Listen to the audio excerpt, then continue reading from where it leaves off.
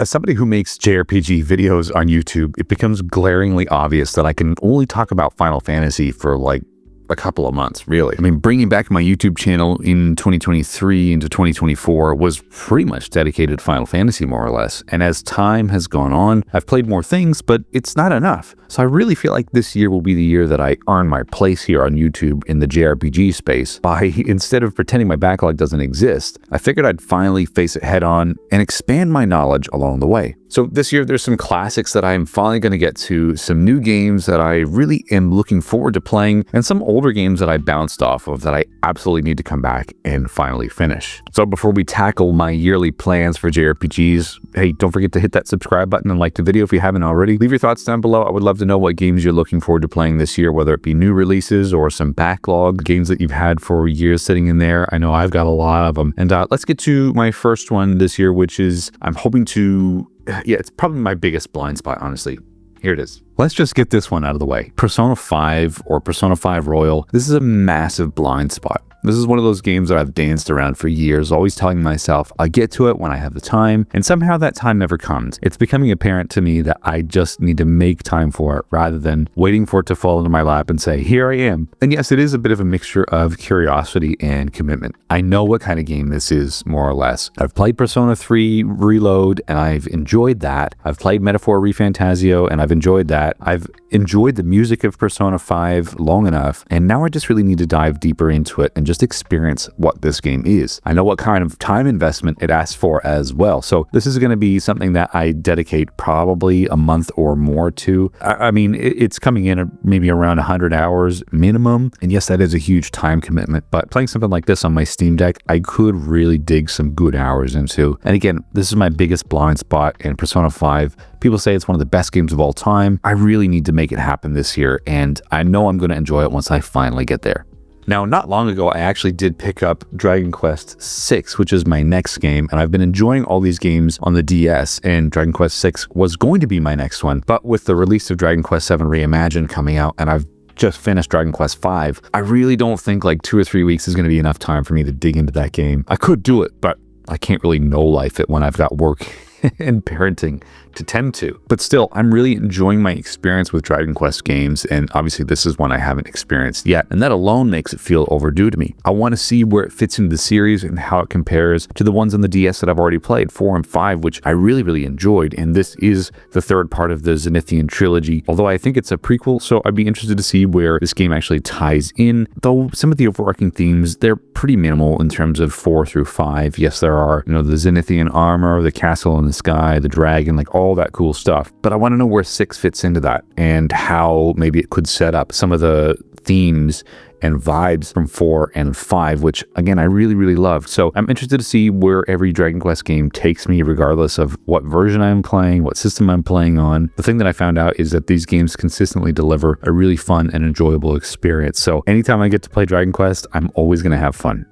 Now, if you can't tell already, I'm a complete sucker for Dragon Ball. I've got my childhood Dragon Ball toys behind me. I think they're kind of blurred out, but it doesn't matter. I love everything Dragon Ball, and if you watched my JRPGs of the Year video last year, you'll know that Dragon Ball Z Kakarot came in pretty high. I mean, because it was something I experienced for the first time last year, and I'm hoping to dive deep into Dragon Ball Z Attack of the Saiyans on the DS this year. Now, this has always fascinated me because this is a proper turn-based JRPG set within the Dragon Ball Z universe, and that's not something we get very often. Most of the time it's, arcade style brawlers or like a free roam adventure kind of RPG like Dragon Ball Z Kakarot is. But having a turn-based Dragon Ball game is pretty unusual and unconventional, really, because the anime and the manga represents fighting in just a giant open area. So taking turns doesn't really make sense, but hey, I'm interested to see where this one will go. I mean, I've heard good things, I've heard mixed things, but either way, I'm really curious to see how it handles the combat, the storytelling, and the pacing compared to the usual Dragon Ball Z game formula. This will be one that I try and pick up physically as well, because for me, I really don't play games unless I own them. I can have them in my hands, and even if I play games on my Steam Deck, I still actually try and go back to buy them later on, because I like to have a library of things, and Dragon Ball Z Attack of the Saiyans is going to be one that I'm interested to add in this year. So if you've played it, I'd be interested to know your thoughts on it. Again, I love Dragon Ball Z and turn-based games. I mean, it's a match made in heaven for me, so I'm sure once I play it and finish it, I'll come back and update you guys accordingly. Man, I tell you what, Tales is a series that I really have next to no experience with, and I know it's blasphemy considering my position on YouTube as like a JRPG person, but still, this one's been hanging over me for a long time. Tales of Symphonia is a game that I've tried to play maybe once or twice. Most recently, actually, was in 2020, just before my son was born. I probably got maybe 3 or 4 hours into it, and then he came, I dropped it, and then of course I never returned to it because you know how demanding a newborn baby can be. But since then, Tales, it really, has become a blind spot for me in general, and I enjoyed what I played of Tales of Symphonia. I thought the music was great, the combat was great. Bear in mind, I was playing the GameCube version rather than like the remastered version or any of the other ports, and I know that the GameCube version is like the definitive experience, but admittedly, it's not going to be the most convenient one for me to play. I do have it on my Steam Deck, and I probably will just play it that way. Maybe there's a 60 FPS mod or something like that. So if you guys are in the Tales space, you like Symphonia, maybe you can recommend, some mods or something like that for me to be able to experience this game and finally finish a Tales game for the first time. But what I do know about Tales of Symphonia is that people say it's really good and it has a really great story, timeless characters. I am so overdue to play this one this year. So it's not really about finishing Tales of Symphonia per se. It's more about giving this series the attention that it deserves and seeing why it means so much to so many other people. Again, being in a JRPG niche on YouTube, I feel like I really need to equip myself with some knowledge at least of Tales of Symphonia. I mean, it's overdue, right? So the next one I want to talk about is a series that a lot of you guys really, truly love. But again, I missed the boat on, and I'm hoping to get to it this year, which is the Lunar collection, Lunar 1 and 2. This is a series that makes me realize how big some of my JRPG blind spots are, because this is a series that I've always heard about, usually spoken about with, a lot of affection, but I've never sat down really and played it myself. I did buy the remastered collection for Switch. I played it for maybe half an hour, but I didn't enjoy my time. Honestly, I think I was really busy with life and work, so I couldn't really commit to having the headspace to enjoy another, twin pack JRPG game on the Switch. But from the outside looking in, Lunar feels like it represents a very specific kind of JRPG that I missed growing up, and Grandia would be what I would maybe compare it to, less about complex systems and more about charm and characters and music and that classic party on an adventure feeling. And it's that kind of game that a lot of people talk about maybe more emotionally as opposed to mechanically, which makes me even more curious because I really bond with great stories and great characters rather than game mechanics, although obviously they do go hand in hand. So this remastered collection, I think, would be the perfect excuse to finally see what everybody's been talking about, not just as a nostalgic replay, of course, but as a first-time experience, and I'm excited to have that. So it might end up becoming a new favorite, or maybe just, another way to clear a historical blind spot for me, but either way, it's one of those releases that immediately jumps onto my radar for this year. Now, hang on, before we get any further, I wanted to let you guys know that almost 90% of the people that watch my channel are not subscribed, and I am super duper close to 20,000 subscribers, so I would love for you guys to support the channel and help me get over that line and reach a milestone goal for me and this channel, which is really, really exciting. And plus, if you want to support the channel more, I do also have a Patreon, a couple different tiers, early access to videos, behind the scenes things and posts, which right now I've got something very interesting that I can't share. But anyway, we'll leave it at that. We'll move on to the next one right now.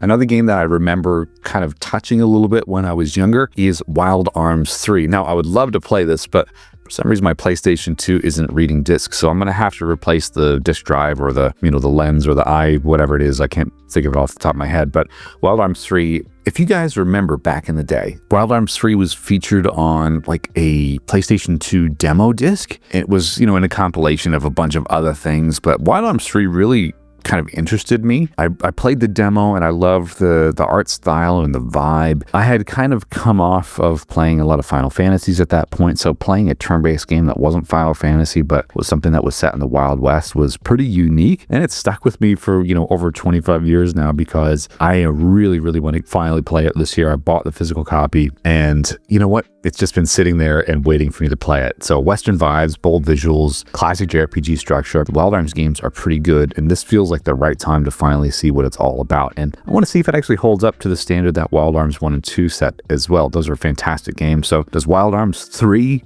hold up as well as those other ones? I'd be interested to know. Suikoden 3 is another one that I really want to get to this year. And honestly, I really loved Suikoden 1 and 2 so much. So Suikoden 3 since I've played 1 and 2, has felt like the next step and the missing piece, at least in terms of what could be a really great trilogy. So that's also the one that I hear the most mixed opinions about in terms of Suikoden 1, 2, and 3, which makes me a little bit more curious. I want to see what it does differently, how the perspective of the characters changes things, whether it lives up to the reputation, good or bad. I loved the battle system of Suikoden 1 and 2. I loved the political scale, the story, and pretty much everything that those games laid as a foundation. I really enjoyed playing something different for the first time, and Suikoden 1 and 2 was a huge blind spot for me that I covered last year. And I know people don't talk about 3 as endearingly as they do with the first 2, and I'm sure some of you guys might comment on the video and say, you know what, it's not that great, or you know what, it's actually pretty good. I'm always interested in seeing where these games land for myself because, you know, I do have some expectations now after playing 1 and 2. Do I expect it to be as good as 1 and 2? Probably not, but it's another one that I am really anticipating, kind of enjoying just for what it is, even if it's a bit clunky, even if it's a bit lesser than compared to 1 and 2. But I love Suikoden now. I'm really, truly enjoying even thinking about them. I look back at those games really fondly, so I'm hoping that 3 might land somewhat okay with me this year. Next up is Lufia 2. This one is entirely on you guys, and Lufia 2 was a Patreon recommendation that came from G-Man in my last video talking about, you know, JRPGs that you shouldn't skip. Now, I know this is a classic game and a classic series that, you know, everybody has said, you gotta play it, but seeing the reaction that you guys had in the comments was really interesting. Yeah, a lot of you reacted pretty strongly to this game, and that's definitely pushed it up on my list. And one that I would really love to own physically as well. I do love my physical Super Nintendo collection and JRPG collection. I love to sit and play these games on my CRT. So this is just a game that clearly means a lot to you guys, and I'm going to take the hint and finally give it a shot this year. I know next to nothing about it, so I'm interested in learning more about this legacy JRPG game that, you know, I've just missed because I've been too busy playing Final Fantasy growing up. And that's, you know, that's just how it is. But I look forward to checking it out. But even looking at the video footage when making this and last week's video, just having it as a highlight clip, it looks pretty cool and charming as well. So I really am hoping that I have a good time with it this year. Now, this next one is one that I bounced off of during the summer last year, and I don't know, I just wasn't feeling it, wasn't maybe in the right headspace, but I'm ready to come back to it, and it is Arc the Lad, one out of the collection, because there's like 6 different games in here. You know what? I enjoyed my time with it, but it became very grindy, but that's okay. It's one of those games that I've always been interested in and one that I wanted to finish. And I have a really funny kind of connection with this game because this is one that I didn't know anything about until I became a fan of Japanese fusion jazz. This is a roundabout way to get to this game, so bear with me. One of my favorite bands in the world is T-Square, and I love their guitarist, well, their older guitarist anyway, Masahiro Ando. Now, if you're familiar with Gran Turismo, he composed a lot of the songs from the early Gran Turismo days, and I love his style. And around that time, he was also composing music for Arc the Lad, and this soundtrack right here, check it out. It's so good. It's so good that I actually bought the CD for it and I listened to it in the car. I love this soundtrack. So a lot of these songs obviously show up in Arc the Lad, and it's kind of funny to come to it from the angle of appreciating the soundtrack and then playing the game and being able to enjoy the game more because I know some of the songs. Really strange, I know, but I actually ended up liking the game, but again, it just became a little bit grindy for me. I just need to have a better headspace to finally get over that grinding wall that I got stuck on, but what I played, I really enjoyed so far. So fingers crossed I can finish it this year. Chained Echoes is one that I know a lot of you guys talk about super fondly, and funnily enough, I actually played this on launch day. I was in my streaming phase back then, and I'm sure probably maybe less than 0.5% of people watching this maybe were present during my streaming days, but I played this on launch day, and unfortunately I had some issues on my Steam Deck. It completely stopped me from fully committing to this game, but what I played initially I thought was pretty cool. You know, it had some mechs, it had some mystery, gave me Xenogears vibes. I just really want to know more about it. I really don't like to leave games unfinished because I want to know and experience the full story. And since then, a lot of you guys have come forward praising this game, saying this is, you know, maybe the best indie JRPG ever. And I really want to see if that's true because that's really high praise, especially in the indie JRPG sphere. I look forward to coming back to it this year with a fresh perspective and see if it finally clicks for me the same way it has for a lot of you out there. Now, this next one is a weird one for me, Skies of Arcadia. I've only ever kind of briefly touched it on the Dreamcast. I didn't dislike it, but I didn't gel with it at the time. Maybe it was more about me, where I was at that point, rather than the game. I mean, sometimes you just aren't in the right headspace. This is one that a lot of you guys talk about really passionately. I've spoken about before in terms of games that need to be remade. I mean, I know enough about this game to speak about it in that way, but for some reason, it just didn't grab me when I, played the first couple of hours. And again, when I think about massive JRPG blind spots, Skies of Arcadia is pretty big for me because I just want to experience this game fully and understand every single part of what's happening with this game. I know it was really huge back when it came out, and then when it got ported to the GameCube, of course, because the Dreamcast failed. I mean, it was huge back then, and it's still maybe now a bit of a niche title, so I would love to play this, understand it, love it, and then be one of the many people who rally for this one to come back in some way, shape, or form. So once I do finally finish this one this year, I do look forward to making a video about it and my experiences with it, because what I played, I enjoyed, but I just, it's one of those ones where you just bounce off of it and then you just don't get back to it for a couple of years. So I think this year's my year for Skies of Arcadia. And lastly on the list is Nier Automata. Again, another huge blind spot. I mean, just look at this entire list so far. This is, at this point, it feels like I owe it to myself to finally experience it. Maybe not just as a game, but as a piece of storytelling that people have talked about for years and years and years. People say it's often like a life-changing game or a life-changing experience. And, having had a few of those in my time playing JRPGs, I can definitely see, games and art doing that to people, but I just don't understand Nier Automata yet. And that's okay. And that's on me to finish in my own time and just figure out, what's good about this game, what I don't like about this game, or maybe what I truly love and bond with over this game as well. And for the most part, I've avoided spoilers. That's pretty rare for me these days. So this one is long overdue, and I want to see, this entire game through, play the original Nier, and just understand this universe, more than I do now. So that way I can speak more confidently on games like this. And, it's a sense of accomplishment for me, again, having a JRPG focused channel and not knowing stuff about Nier. It's a bit silly, but, I really, like I said at the beginning of the video, I really want to earn my place here on YouTube with JRPGs. And I feel like this is one that I really need to put under my belt.